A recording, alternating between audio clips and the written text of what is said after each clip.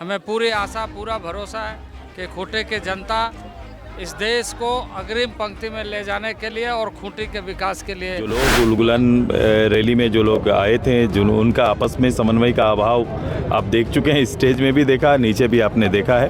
एक टेम्प्ररी एक प्लांटेड एक गठबंधन है, चूँकि पहले पुराना नाम यूपीए था, अब इंडिया बन गया है। राज्यों में इनका आप देखेंगे, बंगाल जाइए, आप जम्मू कश्मीर जाइए, कई ऐसे स्टेट हैं जहां राज्य में इन्हीं दलों का आपस में समन्वय नहीं है, जो इस प्लेटफॉर्म के हिस्सा बने हुए हैं। खूंटी लोकसभा सीट से नामांकन करने के लिए बीजेपी के प्रत्याशी अर्जुन मुंडा डीसी ऑफिस पहुंचे, जहां उन्होंने लोकसभा चुनाव के लिए पर्चा भरा। इससे पूर्व उन्होंने कर्रा के सोनमीर मंदिर और अंगराबारी में मत्था टेका। इस मौके पर उनके साथ बीजेपी प्रदेश अध्यक्ष बाबूलाल मरांडी, आजसू सुप्रीमो सुदेश महतो और पूर्व सांसद व वरिष्ठ नेता करिया मुंडा भी उनके साथ मौजूद थे।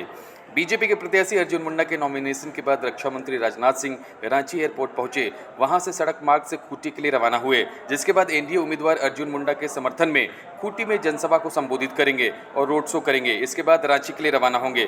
वहीं कांग्रेस के प्रत्याशी कालीचरण मुंडा भी आज 23 अप्रैल को ही पर्चा दाखिल करेंगे।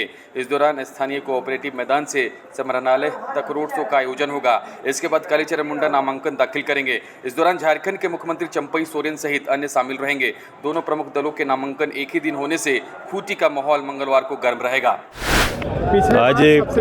आज खूंटी लोकसभा का नामांकन आदरणीय अर्जुन मुंडा जी का संपन्न हुआ है और आज के बाद से इस लोकसभा पर जनता के दिलों को में राज करने वाले जो नेतृत्व है वो एक बड़ी जीत के प्रति आश्वस्त होकर आगे हम सभी लोग इस चुनाव में और पूरी प्रक्रिया में हम लोग शामिल होंगे। पिछली बार मात्र 1244 वोट से जीत दर्ज किया था, इस बार क्या आपको लग रहा होगा? परिस्थितियां बदली हुई है, तब की परिस्थिति कुछ और थी, आज की परिस्थिति बदली हुई है और देश का पूर्णतः कमिटमेंट है। ये लड़ाई देश के नेता चुनने का है और निश्चित रूप से है कि जो खूंटी से सांसद आएंगे, जो हमारे नेता चुने जाएंगे, जिनका नॉमिनेशन आज हम लोग ने किया है, ये राष्ट्रीय फलक पर जो टीम मोदी के हिस्सा रहे हैं और एक बड़े नेता राज्य के 3 बार के मुख्यमंत्री भी रहे हैं और पूरी उम्मीद है कि खूंटी की जनता न केवल एक सांसद चुनेगी बल्कि एक राष्ट्रीय नेता का चयन भी करेंगे। उड़ान पर क्या कहेंगे सर? उड़ान हुआ और ये कहा गया कि सिर्फ झारखंड ही नहीं, देश की लोकसभा सीटें, पूरे देश भर की सीटें जो हैं एनडीए की कम होंगी।